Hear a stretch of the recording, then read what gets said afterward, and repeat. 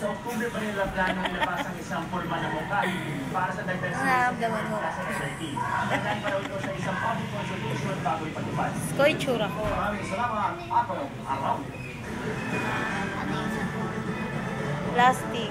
Plastic ng yelo. Patay naman ang isang empleyado ng Philippine Airlines Para na ba tinapon mula sa minamanehong motorsiklo matapos makasalpukan Wow, ang ang landi ng kotseng paa. minamaneho naman ng pamangkin ng isang kongresista. Exclusive na Paputs pa ka.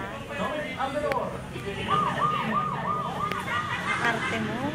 Gumawa ng balang-balay ng rescue si Ariel Cruz, customer service agent ng Philippine Airlines. Maraming dugo mula sa kanyang ulo ang nawala matapos ang tubilapon mula sa minamanehong motorsiklo dito sa Masin Anong nararamdaman niyo, ma'am? Sa Taguig alas 2 kanina madaling araw. Tumansik din sa Side kanyang ulo. kalsada ang suot niyang helmet. Nakasalpukan pala ng motorsiklo ang Toyota Camry na ito na minamaneho ni Bernard Lee.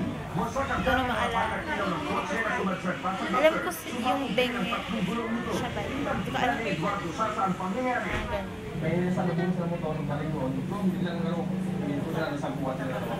Nadala pa sa ospital si Cruz, pero bago Hindi na ako mahabang po umaga, kanya, ma'am. pinawian din siya ng buhay dahil sa matinding Hinahangat-ngat sugat sa ka ulo kasi. at mga pani sa paa at katawan. Napagkalaman namang pamangkin ni Tagal Isabela naman. Congressman Paul D. ang nakabanggang driver. Bukod sa kasong reckless imprudence resulting in homicide, nadagdagan pa ang kanyang kaso dahil may planong ponso sa harapan ng kanyang kotse. At first place, hindi naman siya congressman. Tawag ko siyang gumamit ng ganong tangkad. May panawagan naman ang mga kaanak ng biktima sa driver. Siya lamang talaga ang inaasahan ng kanyang mga anak. Ay naasahan po namin sa inyo ang inyong tulong. Hawak na ng tagig-traffic si Bernard D. Handa naman daw niyang panagutan ang mga danyos, pero gusto ng pamilya ng biktima na sa korte na mangyari ang arengluhan. Dominic Alvedor, Patrol ng Pilipino.